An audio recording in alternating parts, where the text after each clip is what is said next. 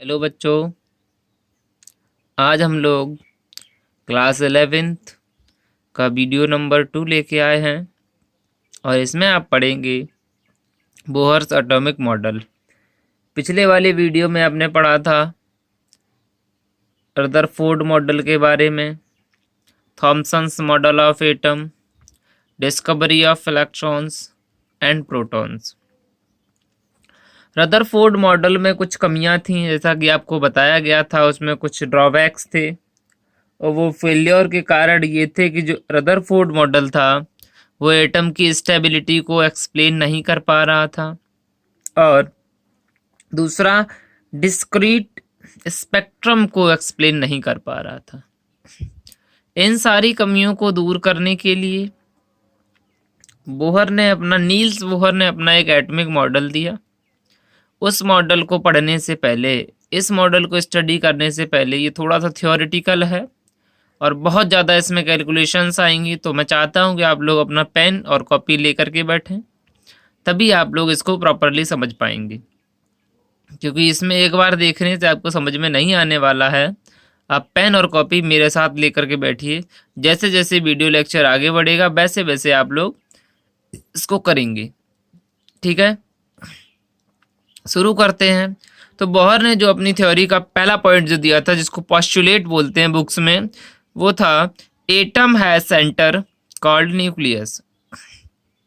उन्होंने बताया कि एटम में एक सेंटर होता है जिसको हम लोग बोलते हैं न्यूक्लियस। ये तो हमारे रदरफोर्ड का अल्फा रे स्कैटरिंग एक्सपेरिमेंट से भी पता चल गया था, है ना। उसके बाद में नेक्स्ट आता है point, electron revolve only in fixed circular orbits with fixed energy and fixed velocity. Rutherford ने ये बताया था कि जो इलेक्ट्रॉन है वो न्यूक्लियस के चारों तरफ घूमता है, लेकिन उन्होंने ये नहीं बताया कि कहाँ कहाँ पे घूमता है या कहाँ पे सिचुएट होता है। जैसे थोड़ी देर के लिए मान लो किसी क्लास में सीट्स का अरेंजमेंट हो, फर्स्ट रो लगी हो, उसके 1 मीटर बाद सेकेंड रो हो, उसके 2 मीटर बाद थर्ड रो है। अगर आपसे कहा जाए कि आप 90% वाला सबसे आगे, उसके बाद में 80%, उसके बाद 70%, वहाँ उसके बाद में होता क्या है कि 95 वाले को कोई जगह नहीं है, 87 वाले को कोई जगह नहीं है, 75 वाले को कोई जगह नहीं है। यानी जो एनर्जी होगी वो फिक्स्ड होगी। ठीक है, यही होता है आपके इलेक्ट्रॉन्स में। इलेक्ट्रॉन जिनकी एनर्जी सेम रहेगी वो सेम फिक्स्ड सेल में ही रहेंगे। ठीक है, उसके बाद में जो इम्पोर्टेंट पॉइंट है इस थ्योरी का, इस मॉडल का सबसे ज़्यादा इम्पोर्टेंट पॉइंट जो है वो है क्वांटाइजेशन कंडीशन। क्वांटाइजेशन कंडीशन को देख लेते हैं। Electron revolve only in those circular orbits for which the angular momentum is integral multiple of h upon 2 pi। Most important thing यहाँ से देखिए, उसने बताया कि जो इलेक्ट्रॉन है वो उन्हीं शेल्स में, उन्हीं सर्कुलर ऑर्बिट्स में रिवॉल्व करेगा जिनका एंगुलर मोमेंटम जो है वो h/2 के इंटीग्रल होगा। यानी यहाँ हम लोग h/ इंटीग्रल का मतलब है 1 या फिर 2h/2 पाई, 3h/3 पाई, सॉरी 3h/2 पाई, 4h/2 पाई, इस तरह से। ऐसा नहीं होगा कि 1/2 h/2 पाई, इस तरह से नहीं, जो भी है इंटीजर लेंगे हम लोग। तो यहाँ से एंगुलर मोमेंटम को फिजिक्स में जो कि डिनोट करते हैं हम लोग एल से, एल इक्वल आएगा NH/2 पाई। एन की जगह पे हम कोई भी नंबर ले सकते हैं, 1 2 3 4 5। ठीक है, होल नंबर। उसके बाद में एन क्या है, यहाँ पे इंटीजर्स हैं जिसको हम लोग एटॉमिक मॉडल में शेल नंबर बोलते हैं। क्या बोलेंगे? Shell number. तो यहाँ से हमें पता चला कि एंगुलर मोमेंटम को जो है फिजिक्स में हम लोग कैसे डिनोट करते हैं, एल से। एंड एल इक्वल है आपका NH/2 pi, where n is shell number. अब आपको थोड़ा सा बताए दे रहे हैं, ये फिजिक्स की बात है, वैसे थोड़ा देख लीजिए। एंगुलर मोमेंटम इक्वल होता है vector L into R vector into P vector, vector P. इस तरह से यहाँ देख लीजिए थोड़ी देर के लिए, ये आपका एटम है, ये न्यूक्लियस रहा, यहाँ इलेक्ट्रॉन रिवॉल्व कर रहा है, ठीक है। इलेक्ट्रॉन ये रिवॉल्व करेगा तो कुछ इस तरह से रिवॉल्व करेगा, देखिए ये इस तरह से जाएगा नीचे की तरफ, ये वेलोसिटी यहाँ से यहाँ के बीच का जो एंगल रहेगा वो 90 डिग्री रहेगा। अब यहाँ देख लीजिए आप लोग, आपका वेक्टर एल इक्वल हो गया R vector into vector P. तो आपको पता है पी क्या है, यहाँ पे ये मोमेंटम होता है, एंड मोमेंटम इक्वल होता है M into V, where M is vector scalar quantity and V is vector quantity. यहाँ देख लीजिए L इक्वल हो जाएगा R into M into B. किसी भी वेक्टर का क्रॉस प्रोडक्ट जो होता है वो इसी तरह से हम लोग लेते हैं, और L इक्वल हो जाए R M B sine theta. Sine theta, theta equal आपको पहले ही हमने यहाँ से दिखाया है कि यहाँ से यहाँ के बीच जो एंगल बनेगा वो 90 डिग्री होगा, और साइन 90 की जो वैल्यू होती है वो होती है 1। तो यहाँ से आपका आ जाएगा एम बी आर इक्वल हो जाएगा एन एच अपॉन 2 पाई। कैसे इक्वल हो गया वो भी देख लीजिए 1 मिनट के लिए, यहाँ से इधर देख लेते हैं। आपका एल इक्वल आया था एन एच अपॉन 2 पाई, दूसरी एल की वैल्यू आपकी आई है एम बी आर।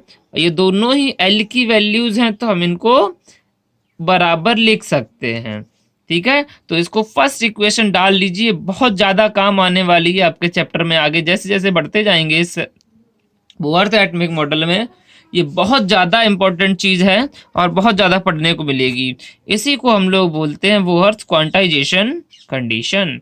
ये जो आपके सामने लिखा हुआ है M B R equal N H upon 2 pi को हम लोग क्या बोलते हैं, बोहर्थ क्वांटाइजेशन कंडीशन। अब पढ़ते हैं बोहर की अगली पॉस्टुलेट जो कि इन्होंने बताई थी, while revolving the electrostatic force between electron and nucleus provide centripetal force. अब ये थोड़ी सी देख लेते हैं हम लोग यहाँ पे सेंट्रीपिटल फोर्स के बारे में। अगर यहाँ मान लीजिए ये सेंटर है, यहाँ से ये इलेक्ट्रोस्टैटिक फोर्स, ये आपका न्यूक्लियस रहा, Ze चार्ज रहेगा इस पे, क्योंकि यहाँ प्रोटॉन होते हैं, प्रोटॉन क्या है, इलेक्ट्रॉन के इक्वल कितने हैं, ये हमेशा Z क्या होता है, एटॉमिक नंबर। चलो इसको थोड़ी देर बाद देखते हैं। तो ये रहा आपका इलेक्ट्रॉन यहाँ पर। अब इलेक्ट्रॉन को प्रोटॉन अपनी तरफ अट्रैक्ट करता है, जैसे ही अट्रैक्ट करेगा तो ये क्या होगा कि ये सर्कुलर मोशन में आ जाएगा, और सर्कुलर मोशन में आएगा तो ये जो फोर्स है, जो आपका इलेक्ट्रोस्टैटिक फोर्स था, वो सेंट्रीपिटल फोर्स में बदल जाएगा, ठीक है। तो यहां से हम लिख सकते हैं एफ फोर्स इलेक्ट्रोस्टैटिक इक्वल होगा फोर्स सेंट्रीपिटल, या फिर सेंट्रीपिटल फोर्स एफ सी। अब यहाँ थोड़ी देर के लिए देख लो, दो चार्जेस हैं आपके पास, एक Q1 है, दूसरा Q2 है, और इनके बीच जो डिफरेंस है, उनके बीच की जो डिस्टेंस है वो है आपकी R। तो Fe यानी इलेक्ट्रोस्टैटिक फोर्स हम लोग निकालते हैं 1/4 pi epsilon naught into Q1 upon Q2, sorry Q1 into Q2 upon R square. और फोर्स ऑफ सेंट्रीपिटल फोर्स जब निकालेंगे तो आपका हो जाएगा M V square upon R. अब यहाँ आपको पता है ये दोनों ही आपको ऊपर लिखी हुई चीजें जो हैं ये दोनों इक्वल आ रही हैं। जब ये इक्वल है तो हम इनको इक्वल लिख लेते हैं। देखो यहाँ लिखते हैं 1/4 pi epsilon naught into Q1 upon Q2 into R square equal हो जाएगा M B square upon R. अब यहाँ थोड़ा सा एक चीज देख लेते हैं हम लोग। आपको पता है एटॉमिक नंबर क्या होता है? एटॉमिक नंबर बराबर होता है नंबर ऑफ प्रोटॉन्स, ठीक है, नंबर ऑफ प्रोटॉन्स और नंबर ऑफ इलेक्ट्रॉन। तो एटॉमिक नंबर को हम लोग Z से रिप्रेजेंट करेंगे। अब कोई एटम है, जैसे ये उसका रहा न्यूक्लियस, उसमें कितने प्रोटॉन होंगे हमें पता ही नहीं है। तो यहाँ तो ये हो गया एटॉमिक नंबर यानी प्रोटॉन के लिए कितने होंगे, जो जितने इलेक्ट्रॉन है उतने ही प्रोटॉन होंगे। तो इसको हम लोग कह देंगे चार्ज ऑन न्यूक्लियस होता है Ze, और चार्ज ऑन इलेक्ट्रॉन को E नेगेटिव से डिनोट करेंगे। तो यहाँ जो आप लोगों ने देखा था Q1 अब इंटू Q1 और Q2, ये इलेक्ट्रॉन का चार्ज रहेगा, दूसरा ये न्यूक्लियस का चार्ज रहेगा। ठीक है, तो यहाँ हम लोग रख देते हैं उस वैल्यू को, Q1 Q2 की जगह पे लिखिए 1/4 pi epsilon not E into ZE, यानी इलेक्ट्रॉन का चार्ज इंटू न्यूक्लियस का चार्ज अपॉन R²। ये Q1 है, ये आपका Q2 है, इक्वल हो जाएगा mv² अपॉन R। यहां तक समझ में आया? एक बार फिर से देख लेते हैं। देखिए हमारे पास में दो चार्जेस थे, बोहर ने एक थ्योरी दी, उनका जो अगला पोस्टुलेट था उन्होंने बताया कि जो इलेक्ट्रोस्टैटिक फोर्स होगा वो सेंट्रीपिटल फोर्स के इक्वल होगा। अब आपको हमने एक चीज कंडीशन दे दी कि दो चार्जेस हैं Q1 और Q2, उनके बीच का जो डिफरेंस है, जो डिस्टेंस है, वो है आपकी R। तो F इलेक्ट्रोस्टैटिक फोर्स निकालने के लिए होता है 1/4 pi epsilon naught into Q1 upon Q2, और सेंट्रीपिटल फोर्स निकालने के लिए होता है mv² अपॉन R। आपको पता है इलेक्ट्रोस्टैटिक फोर्स इक्वल है आपका सेंट्रीपिटल फोर्स, तो इन दोनों वैल्यूज को हमने यहाँ पे इक्वल रख दिया। उसके बाद में आपको ये भी पता है कि जो हम एटम की बात कर रहे हैं, तो एटम में न्यूक्लियस का जो चार्ज होगा और इलेक्ट्रॉन का चार्ज, तो दो चार्जेस हो गए आपके पास, एक पॉजिटिव एक निगेटिव। तो ये निगेटिव चार्ज जो है उसको Q1 मान लेते हैं, इलेक्ट्रॉन के चार्ज को हम लोगों ने मान लिया Q1, और न्यूक्लियस के चार्ज को हम लोग मान लेते हैं Q2। तो यहाँ रख देते हैं E into ZE upon R² equal mv² upon R। तो यहाँ देख लीजिए फाइनल कंडीशन क्या बन रही है, 1/4 pi epsilon naught into ZE², आपका E और E का मल्टीप्लाई हो गया, then it produce E² upon R² into mv² upon R।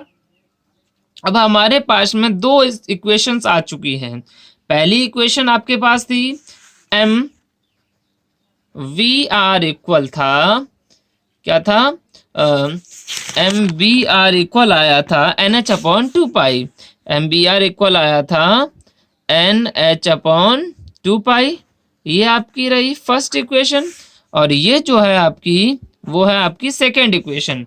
इन दोनों इक्वेशंस की मदद से इस चैप्टर में, इस टॉपिक में हम लोग बहुत कुछ कवर करेंगे। तो मैं चाहता हूं इन दोनों इक्वेशन जो हैं इनको आप लोग याद कर लें, तो हमें आगे बहुत ज़्यादा आसानी हो जाएगी आगे चीज़ों को करने में। अब आप लोग देखिए, अब अगला पोस्टुलेट जो था वो, या चाहो तो इसको थोड़ा सा देख लीजिए, इस तरह से ये लिखा हुआ है आपका, पहले Fe इक्वल FC लिखा, फिर उसके बाद दो चार्जेस दिखाए, Fe की वैल्यू बताई गई, फिर FC की वैल्यू बताई और दोनों को इक्वल करके रख दिया, बाद में इलेक्ट्रॉन और न्यूक्लियस के चार्ज को रख दिया, आपका इक्वेशन 2 बन गया।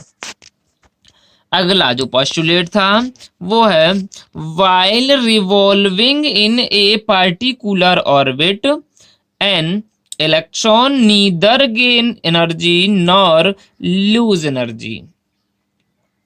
इसने बताया, इस पॉइंट ने, जब भी इलेक्ट्रॉन किसी ऑर्बिट में घूमता है तो वो ना तो एनर्जी को रिलीज करेगा और ना ही कहीं से गेन करेगा। इस पॉइंट को थोड़ा सा हम लोग मार्क कर लेते हैं। अभी इसके ठीक अपोजिट हम पढ़ाएंगे, तब आप लोग, सर ये अभी आपने पहले बताया था कुछ, अब आप बता रहे हो कुछ। तो energy of a shell is fixed, क्यों नहीं कर पाते हैं, क्योंकि किसी सेल की जो एनर्जी होती है वो फिक्स्ड होती है, इसीलिए बोहर ने सेल को बोला स्टेशनरी एनर्जी लेवल्स। क्या बोला है बोहर ने? सेल्स को क्या नाम दिया? Stationary energy levels. अब उन सेल्स को उन्होंने, जैसे फर्स्ट सेल को उन्होंने K से रिप्रेजेंट किया, सेकेंड को L से, थर्ड को M से, और फोर्थ सेल को N से रिप्रेजेंट किया था अपने मॉडल में। तो आप लोगों ने ये फिफ्थ पोस्टुलेट समझी, और समझने के बाद आप देख रहे हैं कि बोहर ने सेल्स को भी नोटेशन दिया था। अब क्या करते हैं, इसकी सिक्स जो पोस्टुलेट है उसको हम अभी नहीं पढ़ेंगे, इस वीडियो के इस लेक्चर के लास्ट में पढ़ेंगे। क्यों? क्योंकि वो इसका ठीक अपोजिट है। तो आप लोग बोलो सर इसमें ये बता दिया और इसमें ठीक उल्टा करवा रहे हो। उससे पहले हम कुछ कैलकुलेशंस करेंगे, और वो जो कैलकुलेशंस हैं वो हैं आपकी, हम लोग क्या क्या कैलकुलेट करने वाले हैं वो देख लेते हैं। सबसे पहले कैलकुलेट करेंगे रेडियस ऑफ इलेक्ट्रॉन। क्या कैलकुलेट करेंगे? रेडियस ऑफ इलेक्ट्रॉन, जो कि एंगस्ट्रॉम में आएगी आपकी। उसके बाद velocity, kinetic energy, potential energy and total energy. हम इस कैलकुलेशन में क्या क्या कवर अप करेंगे अभी हम लोग पढ़ेंगे radius of electron, velocity of electron, kinetic energy of electron, potential energy and total energy. तो शुरू करते हैं हम लोग रेडियस ऑफ इलेक्ट्रॉन से। रेडियस ऑफ इलेक्ट्रॉन को कैलकुलेट करने के लिए मैं आपको बताया था, आपके पास दो थे फॉर्मूले। एक तो था NH/2π इक्वल MBR। इसको हमने थोड़ा उल्टा लिख लिया, MBR इधर था, इधर कर दिया, लेकिन हमने साइड चेंज कर दी। ठीक है। उसके बाद में अगला जो आपका आया था वो आया था 1/4π epsilon naught into ZE² equal MB² इस तरह से आपके पास दो इक्वेशंस थी, और उन दोनों इक्वेशन में हम लोगों ने क्या किया, जो आपकी फर्स्ट इक्वेशन आई है, फर्स्ट इक्वेशन के को किया स्क्वायर, इसके पूरे का क्या कर दिया हम लोगों ने, स्क्वायर कर दिया, और स्क्वायर करने के बाद सेकेंड इक्वेशन से उसको डिवाइड कर दिया। ठीक है, तो डिवाइड करके देखते हैं। जैसे ही स्क्वायर किया आप देख सकते हैं n²h², फर्स्ट इक्वेशन का स्क्वायर हो रहा है यहाँ पे, n²h² अपॉन 2 का स्क्वायर जब करोगे तो आ जाएगा 4 और π²। ठीक है, यहाँ m² v²r², इतना हो गया। उसके बाद में हमने आपको बताया कि इक्वेशन सेकेंड से हम लोग इसके स्क्वायर को क्या करेंगे, डिवाइड। तो आप लिख सकते हैं यहाँ पे 1/4π एप्सिलॉन नॉट, यानी क्या हो जाएगा ये z, या देखिए आप लोग ZE²/4π epsilon naught upon MBR/r। अब यहाँ से हम लोग देख लेते हैं कुछ कट पिट रहा हूं, तो देखो यहाँ ये आपका 4 से 4 कट गया, पाई से पाई चला गया। ठीक है, और इधर आपका v² से b², m² से m कट जाता है यहाँ पे, ये देखिए एक m था, यहाँ पे स्क्वायर कट गया, केवल m बचा। अब जब इसको हम लोग रीअरेंज करेंगे, रीअरेंज करने पे हम देखते हैं हमारे पास बच रहा है n²h², इधर से क्या बच रहा है, n²h² अपॉन πm। ये वाला जो m था वो कहाँ आ जाएगा, इस पाई के साथ, क्या बच गया आपका, πm। उसके बाद में ये जो पोर्शन था epsilon naught into r² upon ZE, ये आपका इधर चला गया मल्टीप्लाई में। ठीक है, और आपका बचेगा r² इंटू r, ये आपका r² बचा है, और ये क्या हो गया, r। तो देख लेते हैं इसको रीअरेंज करने पे हमें जो फॉर्मूला मिलता है वो था r equal n²h² epsilon not, क्या था, n²h² epsilon naught upon πm ZE², πm ZE²। अभी आपसे बोले r का फॉर्मूला बताओ, तो n²h² epsilon naught upon πm ZE², इसको याद कर लो, बहुत इंपॉर्टेंट फॉर्मूला है। अब यहां हम लोग एक चीज देख लेते हैं, देखो आपका ये जो h है ये कांस्टेंट है, h क्या है आपका, कांस्टेंट है। h को हम लोग बोलते हैं प्लैंक कांस्टेंट, प्लैंक्स कांस्टेंट। ठीक है, ये प्लैंक कांस्टेंट होता है जिसकी वैल्यू होती है 6.6 इंटू 10⁻⁻34।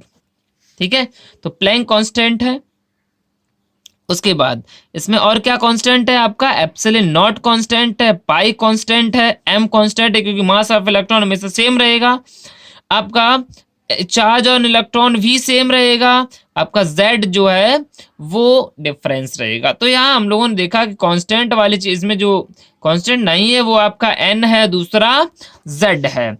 तो यहाँ से हम लोग निकाल सकते हैं r nth ऑर्बिट की, किसी भी ऑर्बिट की जो रेडियस होगी वो कैसे निकालेंगे, h square upon pi m e square into n square upon z। ये तो रहा आपका फॉर्मूला। इस फॉर्मूले से हम लोग किसी भी तरह के क्वेश्चन को कर सकते हैं। अब इसकी शॉर्ट ट्रिक भी देख लो। जब हम लोगों ने इसको सॉल्व कर लिया, क्या किया, सॉल्व करने पे इन सब की वैल्यू रखने के बाद जो हमें सोल्यूशन मिलता है वो आता है आपका 0.53। क्या आएगा, 0.53 into N square upon Z, N square upon Z. और आपका एंगस्ट्रॉम में ये वैल्यू है क्योंकि रेडियस बहुत छोटी होती है, एटम ही आपका छोटा होता है। दोबारा से देख लेते हैं। सबसे पहले हमने क्या किया, फर्स्ट इक्वेशन और सेकंड इक्वेशन को लिखा और फर्स्ट इक्वेशन का कर दिया हमने स्क्वायर, उसमें क्या किया, उसके बाद में स्क्वायर करने के बाद फर्स्ट इक्वेशन को सेकंड इक्वेशन से डिवाइड कर दिया। डिवाइड करने पे हम लोगों ने क्या किया, उसको रीअरेंज करते हैं। अरेंज करने के बाद आपका जो बनता है R equal N square pi H square epsilon naught आपका बना। तो इसको हम लोग क्या करते हैं, दोबारा से इंटीजर जो कांस्टेंट थे उनको अलग कर लेते हैं। कांस्टेंट आपके आए थे इस इक्वेशन में H square pi H square epsilon naught upon pi M E. इसको जब सॉल्व करेंगे, सॉल्व करने पे आएगा 0.53। क्या आएगा, 0.53। यहां से हम लोग किसी भी ऑर्बिट की रेडियस को निकाल सकते हैं। एन क्या है यहाँ पे, number of shell, shell number है, और जेड है आपका एटॉमिक नंबर। ठीक है, एक क्वेश्चन कर लेते हैं इसी का। Find radius of first second and third shell of hydrogen atom. एक काम कीजिए आप लोग, या थोड़ा सा चेंज कर दीजिए, रेडियस ऑफ इलेक्ट्रॉन नहीं, रेडियस ऑफ शेल, यहां लिख लीजिए रेडियस ऑफ सेल। ठीक है, तो हाइड्रोजन एटम की आपको फर्स्ट सेकंड और थर्ड सेल की रेडियस बतानी है।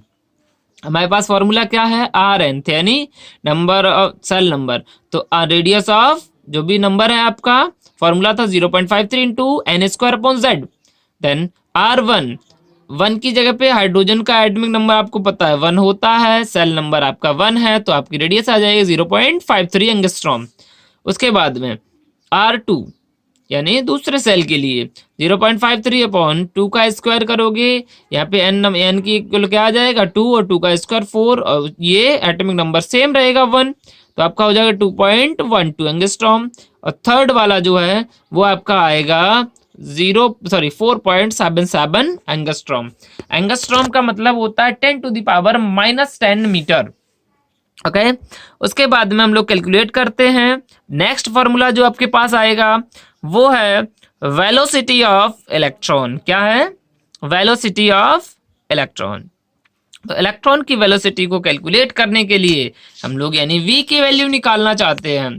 तो हमारे पास जो फॉर्मूला था क्या था, बताइए, आपका जो फॉर्मूला था कंडीशंस कौन सी वाली थी, क्वांटाइजेशन कंडीशन वाला। देखिए MBR इक्वल NH अपॉन 2π। ठीक है, अब यहाँ m और v तो सेम रहेगा, लेकिन r की जो वैल्यू थी वो हम लोग रख देंगे।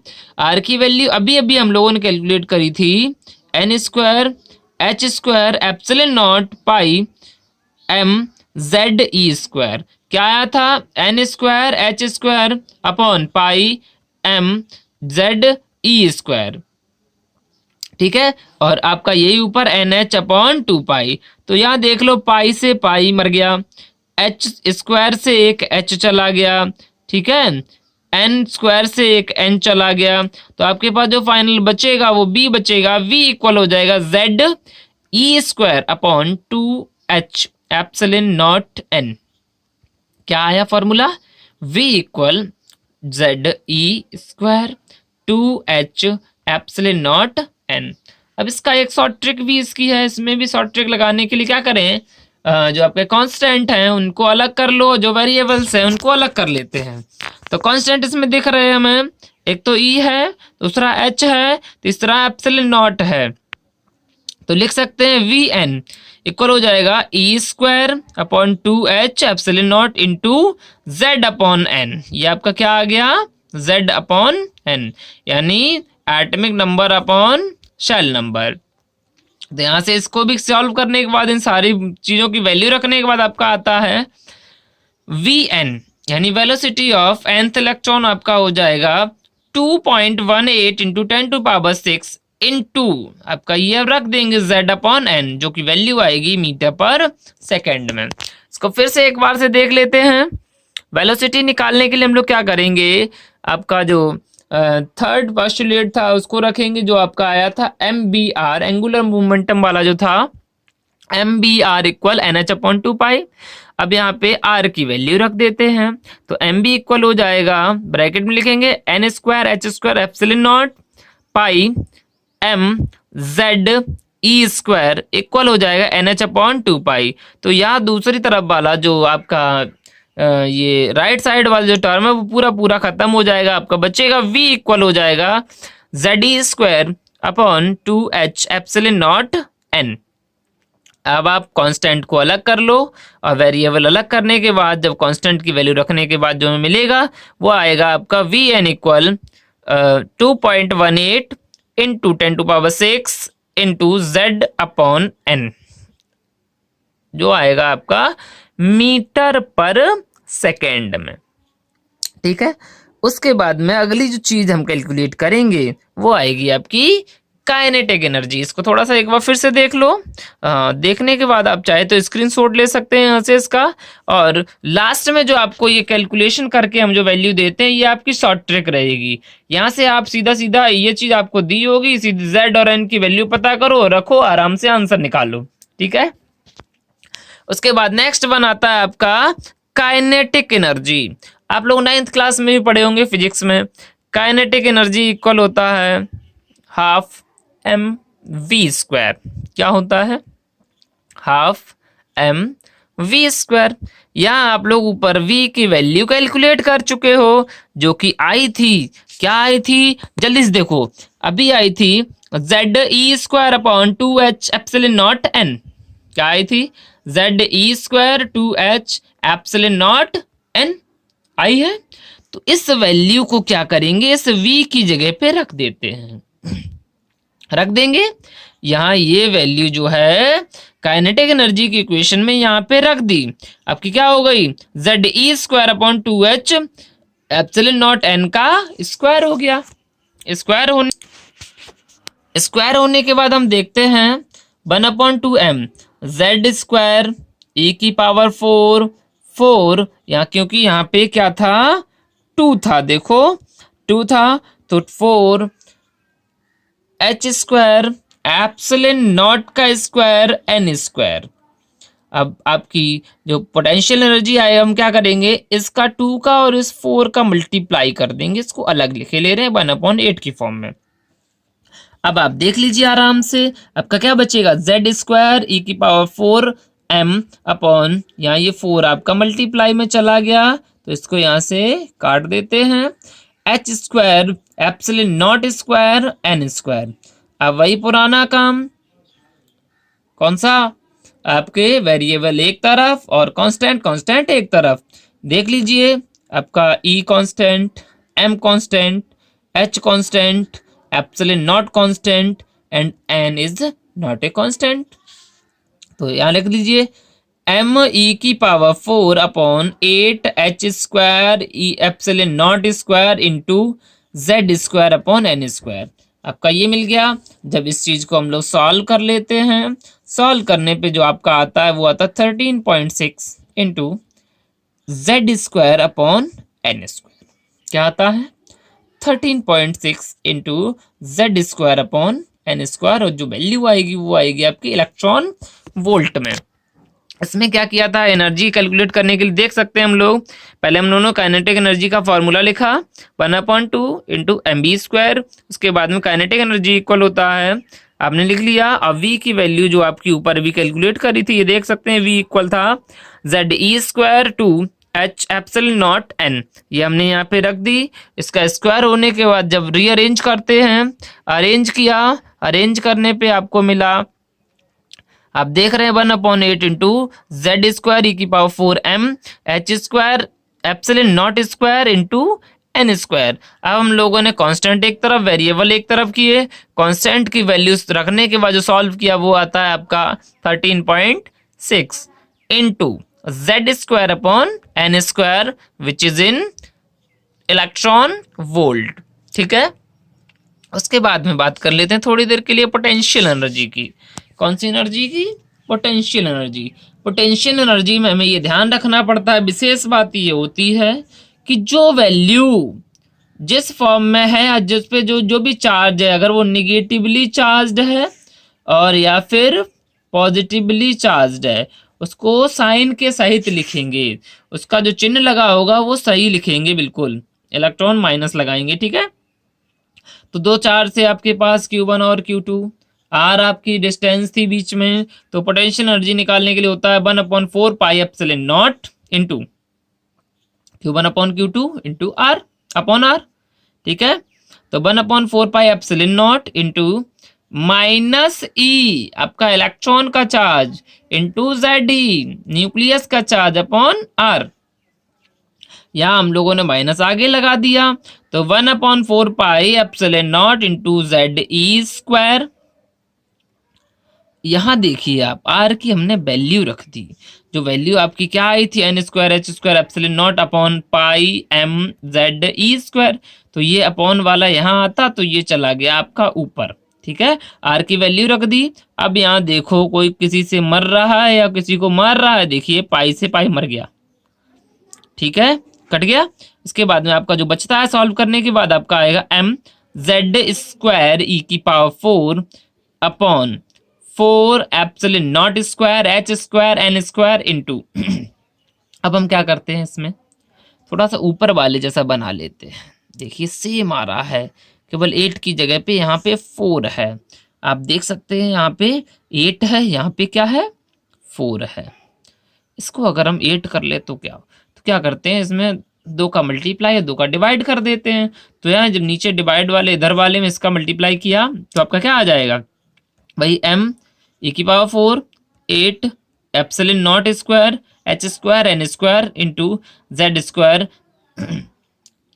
Upon n² into 2। ये देखिए आप, ये वाले 2 तो नीचे मल्टीप्लाई हो गया, ये वाले 2 जो हैं ये रखे हैं। ठीक है, तो अब आप देखिए यहाँ पर जब इसको सॉल्व किया था, देखिए यहाँ से आपने जब इसको यहाँ पे सॉल्व किया था इस चीज को, तो आपका 13.6 आया था, आया।